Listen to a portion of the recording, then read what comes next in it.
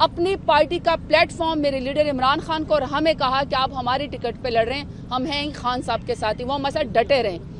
تو ان کے گھر کے اوپر فیصلہ آباد کے اندر حملہ کروایا جو کہ انتہائی افسوسناک ہے. اور میرے لیڈر خان صاحب کا بالکل صحیح سٹانس تھا کہ آپ نے صاحبزادہ حامد رضا صاحب کے گھر کے اوپر حملہ کر کے آپ نے مذاکراتی کمیٹی کے اوپر حملہ کیا. دوسرا, آپ لوگوں نے پرسوں دیکھا ہوگا کہ ہمارے جو رحیم یار خان سے MNA ہیں میاں غوث صاحب لاہور کے اندر موجود تھے اور ان کو ان کے گھر میں دروازے توڑ کے, سارا گھر توڑ کے, ان کے بچوں کے سامنے, ان کے بیگم صاحبہ کے سامنے, ان کے بچوں کے سامنے ان کو بیڈ روم سے گھسیٹ کر نکال دیا گیا.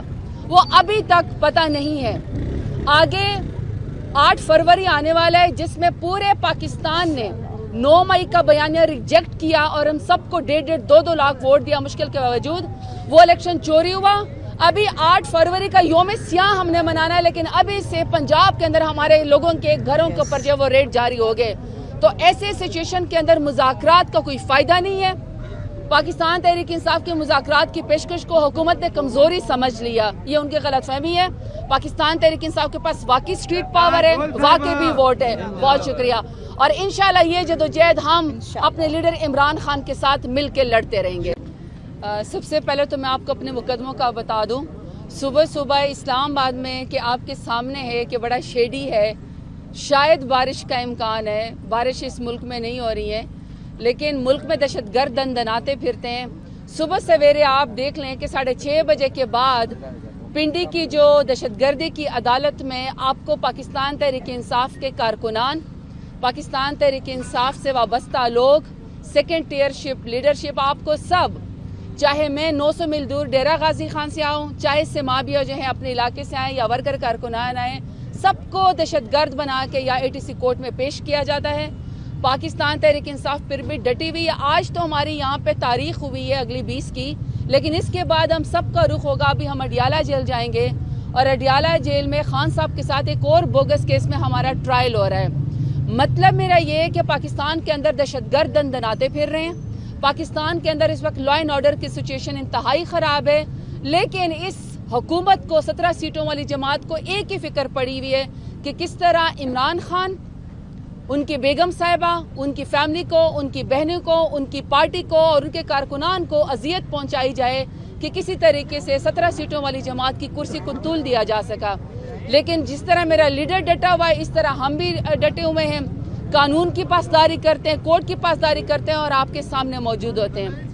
جہاں تک آپ نے مذاکرات کا سوال کیا ہے, اگر مذاکرات میں حکومت سنجیدہ ہوتی تو مذاکرات سے 3 دن پہلے جو ہمارے صاحبزادہ حامد رضا صاحب ہے, جن کی میں بہت تعریف کرتی ہوں کہ جب بڑے بڑے لوگ پاکستان تحریک انصاف کو مشکل وقت میں چھوڑ کے چلے گئے تھے, ایک MWM نے, علامہ راجہ ناصر صاحب نے اور ایک صاحبزادہ حامد رضا صاحب نے اپنی پارٹی کا پلیٹ فارم میرے لیڈر عمران خان کو اور ہمیں کہا کہ آپ ہماری ٹکٹ پہ لڑ رہے ہیں, ہم ہیں خان صاحب کے ساتھ ہی, وہ مسئلہ ڈٹے رہیں.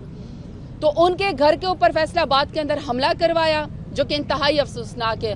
اور میرے لیڈر خان صاحب کا بالکل صحیح سٹانس تھا کہ آپ نے صاحبزادہ حامد رضا صاحب کے گھر کے اوپر حملہ کر کے آپ نے مذاکراتی کمیٹی کے اوپر حملہ کیا. دوسرا, آپ لوگوں نے پرسوں دیکھا ہوگا کہ ہمارے جو رحیم یار خان سے MNA ہیں میاں غوث صاحب لاہور کے اندر موجود تھے اور ان کو ان کے گھر میں دروازے توڑ کے, سارا گھر توڑ کے, ان کے بچوں کے سامنے, ان کے بیگم صاحبہ کے سامنے, ان کے بچوں کے سامنے ان کو بیڈ روم سے گھسیٹ کر نکال دیا گیا. وہ ابھی تک پتہ نہیں ہے. آگے 8 فروری آنے والا ہے جس میں پورے پاکستان نے 9 مئی کا بیانیہ ریجیکٹ کیا اور ہم سب کو 1.5-2 لاکھ ووٹ دیا مشکل کے باوجود. وہ الیکشن چوری ہوا. ابھی 8 فروری کا یوم سیاہ ہم نے منانا ہے, لیکن ابھی سے پنجاب کے اندر ہمارے لوگوں کے گھروں کے اوپر جو وہ ریڈ جاری ہو گئے. تو ایسے سچویشن کے اندر مذاکرات کا کوئی فائدہ نہیں ہے. پاکستان تحریک انصاف کے مذاکرات کی پیشکش کو حکومت نے کمزوری سمجھ لیا, یہ ان کی غلط فہمی ہے. پاکستان تحریک انصاف کے پاس واقعی سٹریٹ پاور ہے, واقعی بھی ووٹ ہے. بہت شکریہ. اور انشاءاللہ یہ جدوجہد ہم اپنے لیڈر عمران خان کے ساتھ مل کے لڑتے رہیں گے. سب سے پہلے تو میں آپ کو اپنے مقدموں کا بتا دوں. صبح اسلام آباد میں کہ آپ کے سامنے ہے کہ بڑا شیڈی ہے, شاید بارش کا امکان ہے. بارش اس ملک میں نہیں ہو رہی ہے لیکن ملک میں دہشت گرد دندناتے پھرتے ہیں. صبح سویرے آپ دیکھ لیں کہ 6:30 بجے کے بعد پنڈی کی جو دہشت گردی کی عدالت میں آپ کو پاکستان تحریک انصاف کے کارکنان، پاکستان تحریک انصاف سے وابستہ لوگ، سیکنڈ ٹیئر شپ لیڈرشپ، آپ کو سب، چاہے میں 900 میل دور ڈیرہ غازی خان سے آؤں، چاہے سمابیہ جو ہیں اپنے علاقے سے آئیں یا ورکر کارکنان آئیں، سب کو دہشت گرد بنا کے یا ATC کورٹ میں پیش کیا جاتا ہے۔ پاکستان تحریک انصاف پھر بھی ڈٹی ہوئی ہے۔ آج تو ہماری یہاں پہ تاریخ ہوئی ہے اگلی 20 کی، لیکن اس کے بعد ہم سب کا رخ ہوگا، ابھی ہم اڈیالہ جیل جائیں گے، اور اڈیالہ جیل میں خان صاحب کے ساتھ ایک اور بوگس کیس میں ہمارا ٹرائل ہو رہا ہے۔ مطلب میرا یہ ہے کہ پاکستان کے اندر دہشت گرد دندناتے پھر رہے ہیں، پاکستان کے اندر اس وقت لا اینڈ آرڈر کی سچویشن انتہائی خراب ہے، لیکن اس حکومت کو 17 سیٹوں والی جماعت کو ایک ہی فکر پڑی ہوئی ہے کہ کس طرح عمران خان، ان کی بیگم صاحبہ، ان کی فیملی کو، ان کی بہنوں کو، ان کی پارٹی کو اور ان کے کارکنان کو اذیت پہنچائی جائے کہ کسی طریقے سے 17 سیٹوں والی جماعت کی کرسی کو تول دیا جا سکا۔ لیکن جس طرح میرا لیڈر ڈٹا ہوا ہے، اس طرح ہم بھی ڈٹے ہوئے ہیں، قانون کی پاسداری کرتے ہیں، کورٹ کی پاسداری کرتے ہیں اور آپ کے سامنے موجود ہوتے ہیں۔ جہاں تک آپ نے مذاکرات کا سوال کیا ہے، اگر مذاکرات میں حکومت سنجیدہ ہوتی تو مذاکرات سے 3 دن پہلے جو ہمارے صاحبزادہ حامد رضا صاحب ہیں، جن کی میں بہت تعریف کرتی ہوں، کہ جب بڑے بڑے لوگ پاکستان تحریک انصاف کو مشکل وقت میں چھوڑ کے چلے گئے تھے، ایک MWM نے، علامہ راجہ ناصر صاحب نے اور ایک صاحبزادہ حامد رضا صاحب نے اپنی پارٹی کا پلیٹ فارم میرے لیڈر عمران خان کو اور ہمیں کہا کہ آپ ہماری ٹکٹ پہ لڑ رہے ہیں، ہم ہیں خان صاحب کے ساتھ ہی، وہ ہمارے ساتھ ڈٹے رہیں۔